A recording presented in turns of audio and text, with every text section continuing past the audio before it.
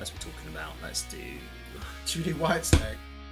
Did you notice that... That was going to be a comparison video for a later date, so I wanted to compare the original Whitesnake Here I Go Again versus the 1987's version that came out 5 years later. I'd be keen to do So I thought that would be an interesting, because also then which one do you prefer? I know the song, I didn't know there was That'd be a two good one too. I didn't versions. know there was an original. Have you never heard the original? No. Oh, we'll definitely have to do that. Did you see that, you know, when that video you did of us arguing got nearly 1,000 views?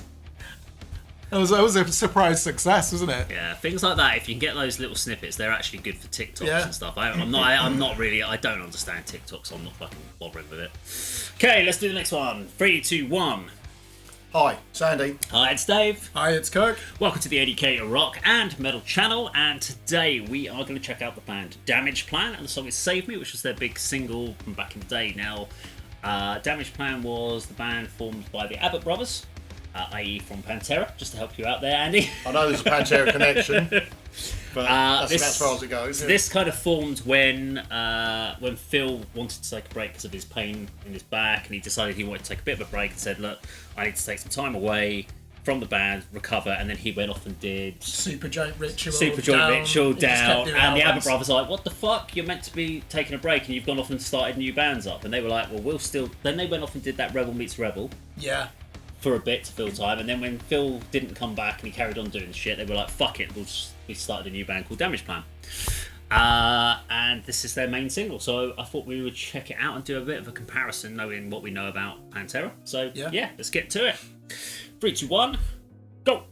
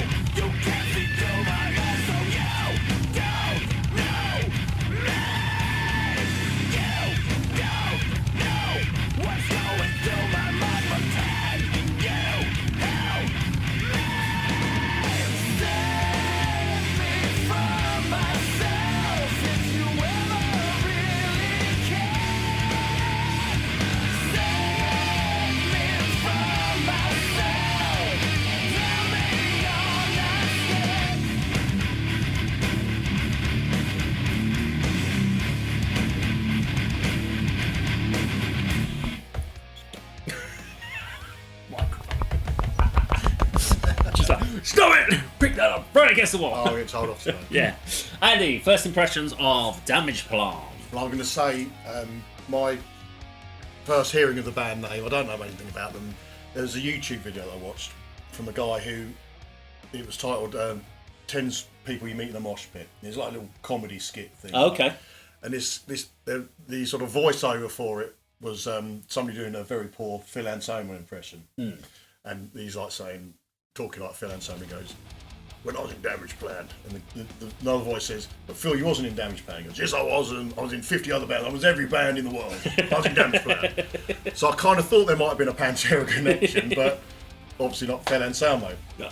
And as you said in the intro, it's the Abbott brothers sort of doing a little side project to fill some time. First impressions, the sort of riffs are very sort of simple, if that's the right word, compared to what Pantera delivered. The sort of bit of a whiny, sort of new metal vocals. Yeah. Drums sound really good. It's not grabbing me at the moment. I like the look of the video, but it's not a band I've heard before. I'm not instantly grabbed, but we'll see how it progresses. But yeah, it's good to know that they, rather than just sort of sitting around and sort of spending their royalties and, you know, blowing up the wall and wasting it, they've actually sort of thought, let's do something to keep busy, keep our hand and keep our name out there, and maybe try something a little bit different from Pantera, although it's got that sort of vibe that will, you know, sort of draw in Pantera fans as well, I'd imagine. Yeah. I mean, what sort of time are we talking about? Was this? 2004, was it? When was it? Yeah, when so the last, what was it, 2002? he lost his life in 2004, didn't he? On stage. saying that 2002, Damageplan concept. 2002 was the last Pantera shows, if I remember right. What Yeah. album would that So, have been then? 2002, Pantera? Reinventing the Steel, I think. Okay, so it's after that.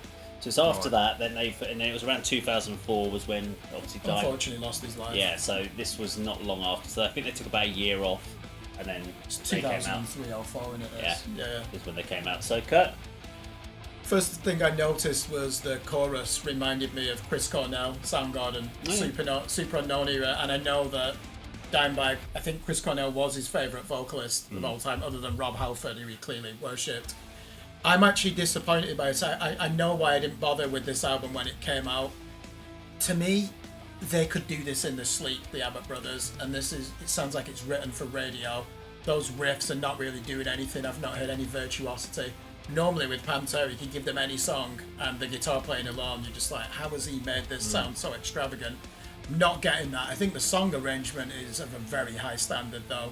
If you are going to write heavy music for radio, this is what you would do. yeah.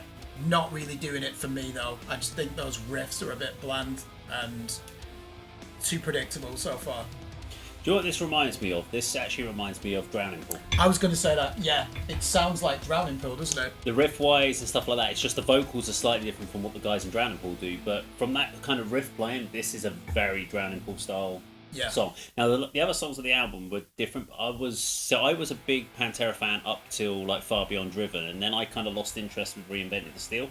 At the time, it was just not the direction I wanted, and when Damageplan came out, I heard Save Me and thought this was a great song. I really liked it. I was a Drowning Pool fan, I still am. And then I heard the rest of the album and I was like, no, it's not, it's kind of filler.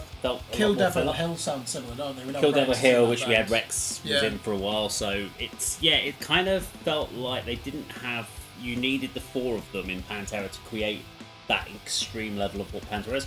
Maybe it was a case, they just didn't, because they went and got another bald guy in, did they have the issue of if they went and played like Pantera style riffs, they would be going, you're trying to be Pantera. So maybe they just went with Damageplan, we want to go and play something different, more groove orientated about the extremities. Probably a real conscious effort to avoid being compared. Yeah, but still attract Yeah. existing fans. I think this is the part where it's hard to say with Pantera they're hardcore fans, because obviously they were more of a traditional heavy metal, even hair metal band, weren't they? But we all cite Cowboys from Hell as the first album, and their origins are thrash metal, and then they just got heavier and heavier, and I love the Great Southern Tranquil, that 96 album. If I was a Pantera fan for that era, I would be very disappointed by this. It's like they've gone for that disturbed, Drowning Pool vision of what they want to do. Hey, try things different. I don't think we were expecting Cowboys from Hell Part 2, were we? In 2003. So I think at this point in time, now they had said that they weren't talking with Phil at the time, but they hadn't ruled out a Pantera comeback. So at this point in time, they were just off doing a separate project. So I think they were really kind of like, we can't play Pantera style stuff. Let's save that It was stuff. only then when they got bumped up on the bill at Download, because they were on one of the support stages, and then they got brought onto the main stage for Open. And then they started playing Walk at the end. Yeah. And they did Walk as their closing song. So that was the only time they ever did it. But they hardly ever played like loads of Pantera songs. So they were like, we're not Pantera. Pantera will be back. Yeah. When we sort out our internal issues. They had never written off. And I think that's why they were like, we can't go out and play a band. But they were probably writing Pantera riffs, but keeping them to one side for when they got back together. And then we're like, we need to write something separate. So that's my kind of thought on this thing. Grows within me, reflections of my pain. I'll create or I'll destroy, but either way it's always in my veins. You don't know, you can't see through my eyes, so you don't know me. You don't know what's going through my life again.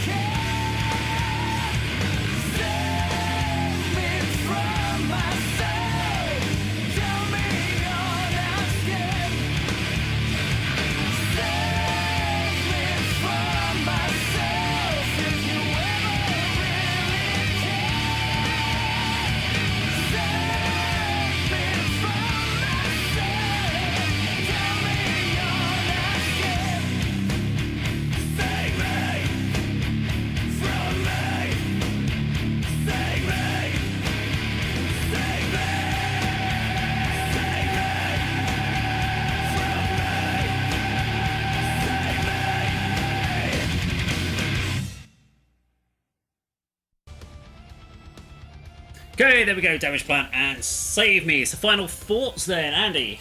Agree with Kirk. I mean, the riff here in the sort of second part of the song, it's, you know, you use the phrase you could do in your sleep, and yeah, it was sort of very, very easy sort of riff for someone as talented as Dimebag Darrell to sort of write and play. Like the vocals. Sorry, I like the looking back at I like the sort of the chair with the mirrors. That's quite a good effect, and Yeah. I like that as well. Solo, excellent, and the best part was that sort of closing riff. You know, sort of slight change of pace, not pace of the song, but quite a sort of change of sounds, almost like a sort of doomy breakdown. So, but yeah, it's not convinced I'm going to be sort of progressing any further with Damageplan, but like I say, just really admire the guys for sort of not just sitting on their laurels and sort of chilling out for a couple of years while they sort out Phil Anselmo's issues and sort of carry on with their music, which was good to see. Okay. I'm pleased there was a guitar solo in there. I am a disciple of Dimebag Darrell, even though I don't play the instrument now. Every song I've heard for the first time back in the day of Pantera just used to blow me away. His technique, I mean, that was actually quite a simple pentatonic wah-wah solo, but it's almost orgasmic when he plays it. I just don't know any other guitar player who could take a simple scale like that and just really bring the emotions through. Good ending as well. I did like that. It went a bit heavy. It wasn't actually a key change, was it? But it almost felt like one where he's just grinding on the chords towards the end. If that was a Soundgarden comeback single on that 2011 album, King Animal, with a chorus like that, I'd be like, yes, this is brilliant. For Damageplan, that is too easy for them. They're in a comfort zone. I unfortunately don't know the background to this. Have they put it out on their own label? Are they on Sony BMG? Because if they're on a big label, that label, even though you've got the Abbott brothers, needs to recoup the investment in there. That is written for radio. Yeah. I would say. That doesn't mean that it's shallow. It isn't necessarily a bad thing. But you do wonder, don't you, if you're going to be given a bag of money to go and record in a studio, they do need something back the record label.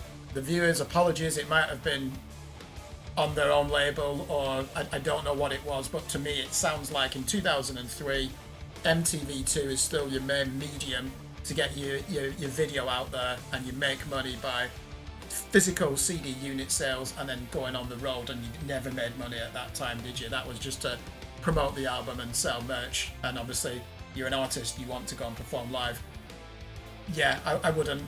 I kind of knew that I wouldn't be interested in this. There's no way. Just went into it like, fuck it. Yeah, there's no way I'll go back to that. That's just, yeah, not for me. I think they could do far better than that. It's only one song from the album, but I get the impression that the whole album will be like that. I had more expectations. I've not heard Damageplan before, and I've known the Pantera connection. I was expecting perhaps a little bit more punch, a bit heavier. Yeah. But yeah, what I meant to say, the chorus particularly was very radio friendly, wasn't it? Or MTV2 friendly. Yeah, K-Rock, is it in the United States? Something it was like really that, yeah. Radio channels, wasn't it? That were radio stations. But where rock you- radio too. If you think early 2000s, rock radio was huge in comparison to where it is nowadays, because of the street. There wasn't the streaming at that point. In America, yeah, here it's never been huge. But Never I mean, at for all in us, the it would have UK. been 2004. You're talking Scuzz. Yeah, and MTV2 Kerrang and TV. Yeah. So with me listening to this, so this is the sort of thing that I don't actively go out and put on like a playlist or something like that. But if it came on like on a shuffle or something, I would leave it on because it's got a really hooky chorus. I'd sing along with it. I'd be driving along, be quite happy with that. I actually think what was really interesting about the band when they did this was if you go back to their pre-Phil Anselmo Pantera, when they were glam metal, they were big, like jungle music, whatever it was. I can't remember what the Project in the fucking Jungle, it was called, Queens wasn't it? and It's stuff not like jungle music. jungle. That's something else. Something in the jungle or magic. Something. There was some weird album titles they did. But Projects in the Jungle. But it was glam. It was very glam, and it was very big, chorusy melodies, and it was all rock radio sort of stuff as well. With the glam metal. So what's really interesting is them with Phil. Phil could never sing this. He couldn't do that fine vocal. So when they're writing Pantera stuff, they're having to think about what they can do with the aggressiveness of Pantera with Phil's vocals. So I think when they came out of it, they went off and did Rebel Meets Rebel, and they did that whole kind of country blend with getting their country groove on. Then they came out here and went, we want to do rock melody. They had another outlet for their other writing style. Yeah. And I think they went that. What was interesting for me is they could have easily gone to like large concert venues and sold out 5,000 seat places based on this, with playing a few Pantera songs because of the Pantera connection. But they didn't. They went, and unfortunately in this case, they went and played small little 400 seat, 400 venues where people could get on this stage, and unfortunately lost their life. Tragic. Dimebag lost his life, and but they could have. They went out and they wanted to build their band up from the ground, not use their reputation of Pantera, which they could have easily turned that and cash cowed it and got into a massive. They could have been on the big festivals and gone straight out on the road and headlined, but they didn't. They went out and played the dive bars and built themselves up from scratch again. Yeah, respect. And they went there, and there's a respect to be given to them for doing that. They could have gone the opposite way. So. But yeah, not enough for me to kind of go Damageplan album itself, but I do like the track still. It's definitely more thing, and the video was cool. It was very interesting to watch. So yeah, there we go. Damageplan and Save Me. Now, if you enjoyed our video today, please do like, share, and subscribe, and we'll see you on our video sometime very soon. Take care.